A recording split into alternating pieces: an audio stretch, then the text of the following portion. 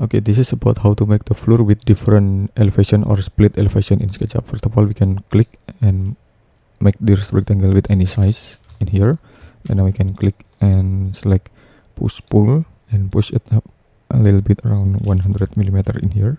Okay, then now we can click this line. We can click this line only and select move, tap control and click and just place on the any position. For example, for in the midpoint in here. Okay, and then now we can select move again, tap control and just place the position in here. Okay, so we can make the different elevation. Now we can click this one and we can push it up, click and type 300 millimeter in here.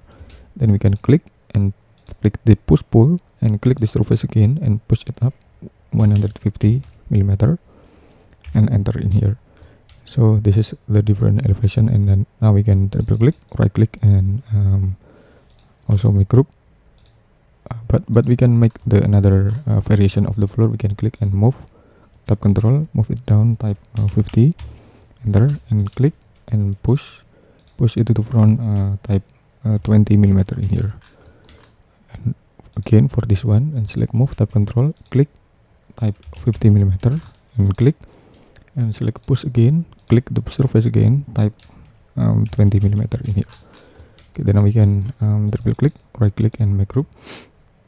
Okay, we can select the any color with the dark color in here, and then now we can assign with the tile. We can assign with the tile color in here. For example, we can choose this one and click and assign the materials in here, and again can click and assign the materials in here, and again assign the materials in here. Okay, so this is the how to make the split elevation of the floor in SketchUp. I hope it will be beneficial for you. Thank you very much.